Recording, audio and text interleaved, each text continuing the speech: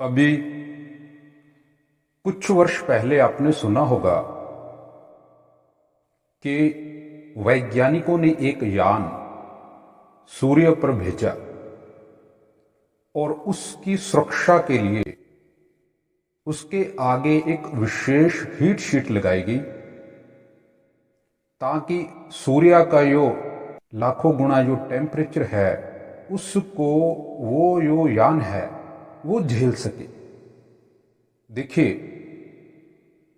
यह जो सूर्य है आप उसको एक तरह से लावा मानिए, बहुत बड़ा विशाल।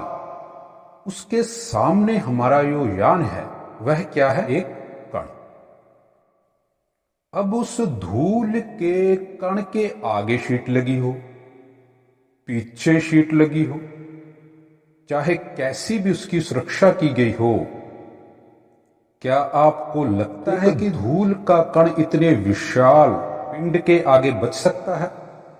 क्या सूर्य का ताप सामने से ही पड़ रहा है? सूर्य का ताप तो वहां आगे पीछे सब जगह होगा, तो सामने से भी पड़े तो भी एक कण जितना यान कैसे बच सकता है? दरअसल बात वो नहीं है, आप टेम्परेचर को जानते ही नहीं है, समझते ही नहीं है। यदि सूर्य जल रहा होता फिर तो आपका यान बचना ही नहीं चाहिए था, वो तो जल गया होता। सूर्य जल ही नहीं रहा। अगर सूर्य जल रहा होता तो जलकर बुझ गया होता। देखिए, मैंने पहले भी अपनी डिबेट में कई बार अपने सत्र में ऐसा बताया कि जो भी जलना, बुझना, मरना, जीना, बनना, नष्ट होना, ऊपर नीचे, ये सब जो प्रक्रियाएं हैं, काल, ये सब इस भूमंडल पर ही है, इस पृथ्वी पर। इस पृथ्वी के मंडल से बाहर जाओगे तो ना तो काल है, ना वहां पर जलना बुझना है, ऐसी कोई भी व्यवस्था वहां पर नहीं है। तो आज हम जानेंगे कि सूर्य क्या है। सूर्य के बारे में बहुत विस्तार से वर्णन हमारे शास्त्रों में आता है। अग्नि क्या है? अग्नि का वर्णन पूरे विस्तार से हमारे शास्त्रों में आता है। पूरा ऋग्वेद अग्नि का वर्णन है, पूरा सामवेद सूर्य का वर्णन है। तो अग्नि और सूर्य का वर्णन बड़ा विशाल है। तो इसके बारे में आज हम जानेंगे कि टेम्परेचर क्या है और सूर्य क्या है। तब आपको पता चलेगा कि अगर हम सूर्य पर एक साधारण पत्रे का भी यान भेजा होता तो भी नहीं जलता, क्योंकि जलेगा तब जब सूर्य जल रहा हो। ठीक है, तो इसे समझने के लिए आपको भूमंडल को समझना होगा, जैसा कि मैंने पिछले सत्र में भी बताया था कि इस भूमंडल की रचना करी गई है, ईश्वर के द्वारा रचना की गई है। अब आप ईश्वर को मानो ना मानो, मैंने प्रमाण दे दिया। तो इस भू पर 5 मंडल हैं, वैसे तो 14 मंडल हैं, लेकिन जितना हम साधारणतया जानते हैं वह वायुमंडल तो प्रत्यक्ष ही है। विष्णु पुराण के 7वें अध्याय में आया है कि हे मैत्रेयी, यह पृथ्वी अपने से 10 गुना जल से आवृत है और वह जल का संपूर्ण आवरण अग्नि से आवृत है। अग्नि वायु से और वायु आकाश से परिवेष्टित है। कहने का अर्थ है कि यह जो पृथ्वी है इस पर जीवन किसके कारण से है? जल के कारण से। इसलिए पृथ्वी पर एक आवरण जल का है। अब जल जो है वो तरल रूप में है, वह किसके कारण से है?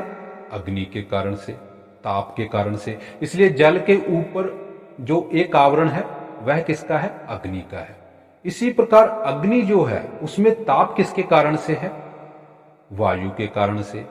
इसलिए अग्नि के ऊपर एक आवरण किसका है? वायु का है। और वायु के ऊपर आवरण आकाश का है। अर्थात ये पांचों आपस में मिलाए बिना प्रकट नहीं होते। समझ में आया? अर्थात यह पांचों एक दूसरे के आश्रय से ही रहते हैं। इनके गुण एक दूसरे में पिरोए बिना प्रकट नहीं होते। इन पांचों के गुणों के प्रकट होने को ही भूत कहा गया। इसी से इस पृथ्वी को भू कहा गया है। अब इनके गुण क्या है? वह सुनिए। आकाश का गुण शब्द, यानी यह जो साउंड है, ध्वनि है, वो इस पृथ्वी पर ही सुनाई देती है। इस भूमंडल से बाहर जाओगे तो ध्वनि सुनाई नहीं देगी। ऐसे ही ये जो वायु है, इसका गुण स्पर्श है। हमें जो स्पर्श महसूस होता है वह वायु के कारण से होता है। अग्नि का गुण तेज, जो ताप है।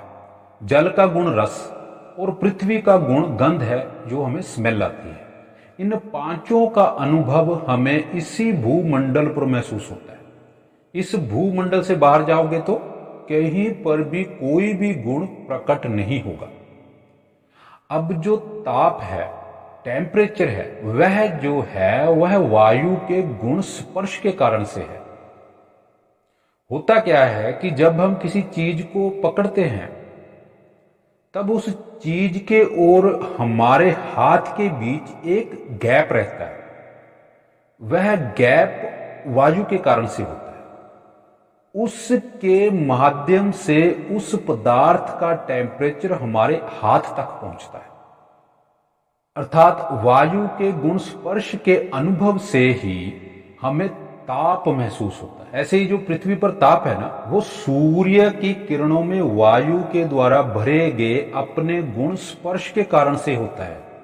इस पृथ्वी पर अगर सीधा सूर्य से ही ताप आ रहा होता ना, फिर तो चांद पर भी ताप होता, जबकि उसका प्रकाश क्या है? शीतल है।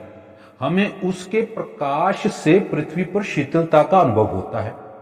यदि सूर्य से ही सीधे ताप आ रहा होता तो बुध ग्रह तो अब तक जल गया होता, क्योंकि वो सूर्य के नजदीक है। तो ताप का प्रबंध ईश्वर ने इस पृथ्वी पर ही किया है। विष्णु पुराण के दूसरे अंश के 8वें अध्याय में आता है कि रात्रि के समय सूर्य के अस्त हो जाने पर उसका तेज अग्नि में प्रविष्ट हो जाता है, इसलिए उस समय अग्नि दूर ही से प्रकाशित होती है। इसी प्रकार हे द्विज, दिन के समय अग्नि का तेज सूर्य में प्रविष्ट हो जाता है, अतः अग्नि के संयोग से ही सूर्य अत्यंत प्रखरता से प्रकाशित होता है। इस प्रकार सूर्य अग्नि के प्रकाश तथा उष्णता में तेज परस्पर मिलकर दिन रात में वृद्धि को प्राप्त होते रहते हैं। अर्थात सूर्य के तेज से और वायु के स्पर्श से जो पृथ्वी पर अग्निमंडल है ना, यहां पर वह चार्ज हो जाता है। इससे रात्रि में भी ताप बना रहता है, और जब सुबह सूर्य निकलता है तब जो पहले से ही चार्ज ताप है, उसके जो फोटोन्स है, वह जब सूर्य के फोटोन से संयोग करते हैं तो उससे हमें पृथ्वी पर प्रकाश की बड़ी तेज चमक दिखाई देती है, बड़ी प्रखरता से चमकता है। इतना तेज प्रकाश कहीं किसी दूसरे ग्रह पर नहीं होता, और ना ही किसी दूसरे ग्रह पर ताप ही होता है। तो जो वैज्ञानिकों को अब तक पता नहीं है ना कि टेम्परेचर क्या है, उसे आज वो समझ लें कि वायु और अग्नि का संयोग ही टेम्परेचर है। यहां पर वायु और अग्नि का संयोग नहीं है ना, वहां पर ताप भी नहीं कहा जाता। अर्थात वायु से रहित अवस्था ताप नहीं कही जाती। जैसे जो बर्फ है ना, वह अग्नि के ताप से भी पिघल जाती है और वायु के स्पर्श से भी पिघलने लगती है। इसलिए जब हम पर्वतों के ऊपर जाते हैं, वहां ऑक्सीजन की कमी होती है, उसी कमी से बर्फ जमी रहती है। ऐसे ही जो हाइड्रोजन है, वह भी ताप रहित अवस्था है, क्योंकि उसमें से ऑक्सीजन निकाल दी जाती है। शास्त्रों में आता है कि वायु और अग्नि के संयोग से ही जल की उत्पत्ति होती है। जल में से वायु निकालने से जो हाइड्रोजन बनती है, उसी को शास्त्रों में सोम कहा गया है। शिव पुराण में भगवान शिव पार्वती जी से कहते हैं कि हे पार्वती, मैं अग्नि के शीर्ष पर हूं और तुम सोम के शीर्ष पर हो। सोम नीचे को झरता है और अग्नि ऊपर को उठती है। अर्थात ये जो अग्नि की लपटें हैं ना, लपटें ऊपर को उठती है वायु में। अब वायु में तो कोई चीज है नहीं जलने वाली, तो लपटें वायु में क्यों उठ रही हैं? इसका कारण है कि ऊपर से बड़ी सूक्ष्म अवस्था में हाइड्रोजन नीचे को झरती है। उसी के कारण जो अग्नि है, अग्नि की लपटें हैं ना, वो ऊपर को उठती है। देखिए, शास्त्रों में अग्नि को जात वेद कहा गया है, अर्थात जितनी भी पृथ्वी पर जीवों वृक्षों की जातियां प्रजातियां हैं ना, उनमें भिन्नताएं हैं। उनके इस भिन्नता के होने का कारण उसमें विभिन्न अग्नियों का कारण बताया गया है। तो सोचो, हमारे ऋषि कितने ज्ञानी थे जो अग्नियों की इतनी विविधताओं को जानते थे। पूरा ऋग्वेद अग्नि है, और पूरा यजुर्वेद वायु है, और पूरा सामवेद सूर्य पर वर्णित है। अब कल्पना कीजिए कि ऋग्वेद में कुल 10,462 मंत्र है, और हर मंत्र एक भिन्न अग्नि के स्वरूप को दर्शाता है। पुराणों में सूर्य के 100 नामों का वर्णन है, जबकि आजकल वैज्ञानिक अग्नि और उसके ताप को समझ ही नहीं पा रहे। इसीलिए तो उन्होंने इतना तामझाम करके अपना यान सूर्य पर भेजा कि कहीं वो जल ना जाए।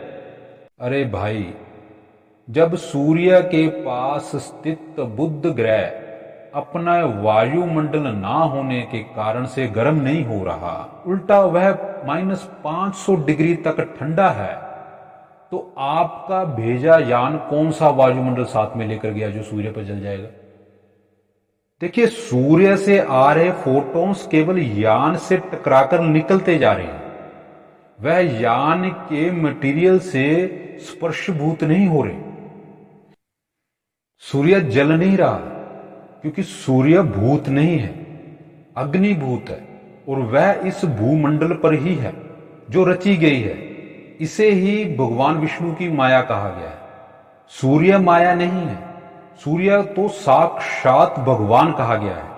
इसीलिए उसे हम कभी भी नहीं समझ सकते, क्योंकि हम इस पृथ्वी पर जन्मे हैं, सूर्य पर नहीं। हम इस पृथ्वी के स्ट्रक्चर के अनुकूल बने हैं, ना कि उस सूर्य के स्ट्रक्चर के। हम इस पृथ्वी के स्ट्रक्चर के अनुकूल बने होने से केवल इस पृथ्वी के स्ट्रक्चर को ही समझ सकते हैं, सूर्य को नहीं समझ सकते। सूर्य यहां से अलग है, उसमें अग्नि का होना वैसा नहीं है जैसा इस पृथ्वी पर हम प्रयोगों से जानते हैं, बल्कि पृथ्वी पर जो फिजिक्स के नियम है ना, वह ब्रह्म के समान है, उलट है।